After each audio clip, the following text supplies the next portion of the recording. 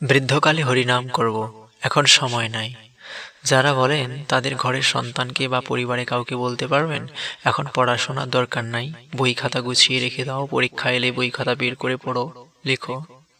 পরিবারে মানুষজন মানবে তো এমনটা বললে? সুতরাং মৃত্যু কখন আসবে জানি না আমরা, আর বলি যে বৃদ্ধকাল এলে হরিভজন করব। এটা কি করে মেনে নিই আমরা?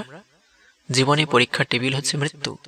সারা জীবন যা যা করেছি ভেবেছি মৃত্যুর সময় সেই ভাবনাটাই হবে, আর তার ফলাফল হবে নরকে নয়তো স্বর্গে নয়তো পরজনমে। আর ভগবত ভক্ত হলে তো মৃত্যুর সময় ভগবত চিন্তা হলে সোজা ভগবত ধাম।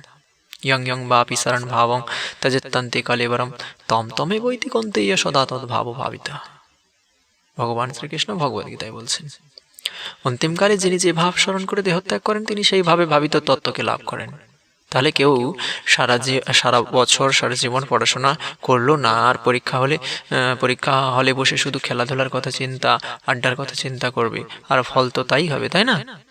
পরীক্ষার পর রেজাল্ট বেরালে যখন ফেল হয়ে যাওয়ার কথা শুনবে, তখন মাস্টার মশাইয়ের কাছে বলবে, আবদার রাখবে, ওগো মাস্টার মশাই আমাকে পাশ করে দাও না, যেন মামা বাড়ির আবদার। হ্যাঁ, এটা যদি মৃত্যুর সময় গোবিন্দের কাছে আবদার রাখে তবে নিশ্চিত যে গোবিন্দকে পাবেই, গোবিন্দ তাকে উদ্ধার করবে।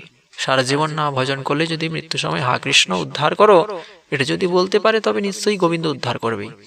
গোবিন্দের কাছে আবদার সকলেই করতে পারে, কেননা সে নিজজন। আর গোবিন্দ আমাদের খুবই ভালোবাসে।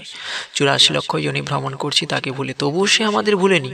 আমরা কি করছি না করছি হৃদয়ে বসে সব দেখছে, আর কখন আমাদের চেতনা ঘুরবে সেটাও দেখছি। তাই একটু যদি চেতনা ঘুরে তবেই গোবিন্দ এতে খুশি।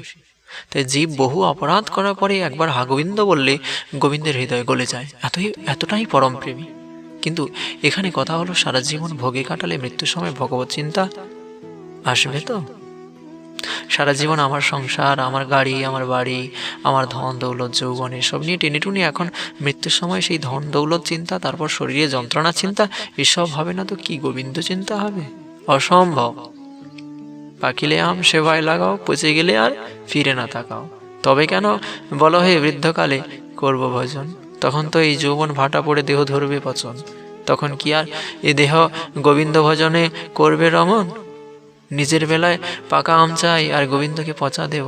অর্থাৎ যৌবনে এ শরীর অসার সংসারে ভোগের তরে লাগো, তারপর ক্ষীণ হয়ে যাওয়া পচা গলা দেহটা আর কলুষিত মনটা গোবিন্দকে দেব ভাবছি।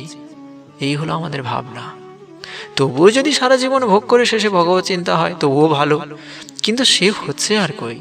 গোবিন্দ এত দয়ালু যে কলুষিত মনটা নিয়ে কাছে গেলে গোবিন্দ নিজ হাতে তা পরিষ্কার করে। কিন্তু যাচ্ছি আর কোথায়?